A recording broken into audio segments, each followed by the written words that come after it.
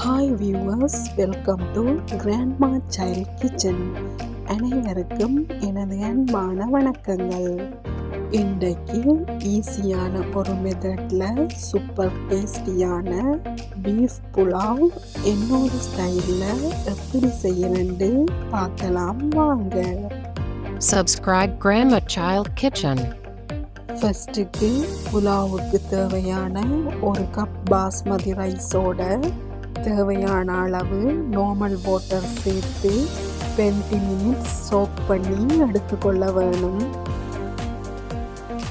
அடுத்ததாக பேன் ஒன்றில் ஒரு டேபிள் ஸ்பூன் கோகோனட் ஆயிலையும் ஒரு டேபிள் ஸ்பூன் கீயையும் சேர்த்து ஹீட்டானதும் ஒரு பிரிஞ்சியில் 3 கிராம்பு 3 ஏலங்காய் ஒரு துண்டு கருவேப்பட்டையையும் சேர்த்து கொள்வேன்.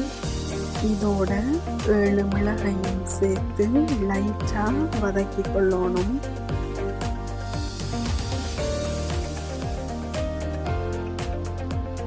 இதோட ஸ்லைஸ் பண்ணி எடுத்த 2 மீடியம் சைஸ் வெங்காயத்தை சேர்த்து கொள்கிறேன்.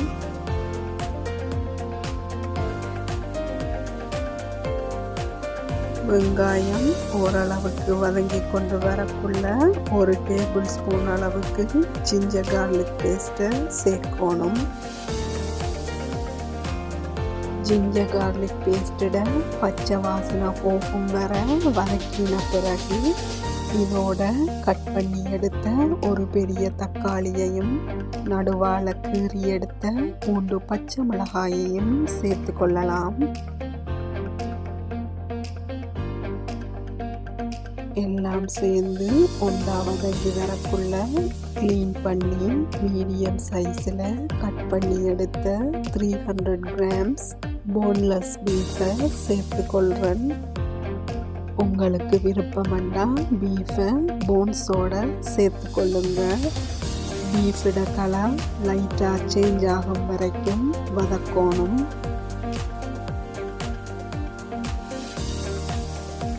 இனி இதோட ஒரு டேபிள் ஸ்பூன் கொத்தமல்லி தூள், ஒரு teaspoon chilli powder, 1/4 teaspoon garam masala powder, 1/2 teaspoon உப்புத்தூள், 1/4 teaspoon மஞ்சள் தூளையும் சேர்த்து கொள்கிறேன்.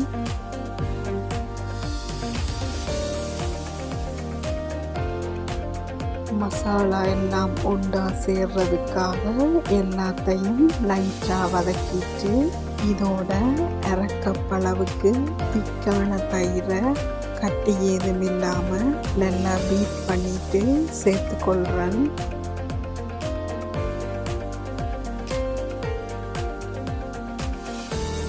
தயிர் எல்லாத்தோடையும் சேர்ந்து நல்லா மிக்ஸ் ஆன பிறகு பீஃப் நல்லா வேகிறதுக்காக 4 கப் அளவுக்கு நார்மல் வாட்டர் சேர்த்து கொள்ளலாம்.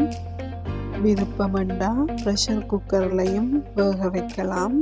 பட் ப்ரெஷர் குக்கரில் வேக வைக்கிறண்டா இவ்வளவு தண்ணி தேவையில்லை. 1/2 கப் தண்ணி மட்டும் இதோட ஆட் பண்ணினா போதுமாக இருக்கும். இனி குக்கரை மீடியம் ஃப்ளேமில் வச்சுக்கொண்டு ஒரு மூடியால் மூடி தண்ணி அரைவாசிக்கு வத்தும் வரைக்கும் விட வேணும். 30 மினிட்ஸுக்கு பிறகு தண்ணி நல்லா வத்தி இருக்குது. அதோட பீஃபும் நல்லா பாயில் ஆகி இருக்குது.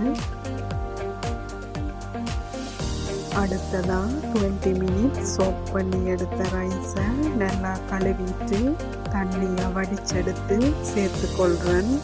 இதோட ஒரு கைப்பிடி அளவு கொத்தமல்லி இலைகளையும் சேர்த்து எல்லாத்தையும் மிக்ஸ் பண்ணி விட்டு கொள்ளலாம்.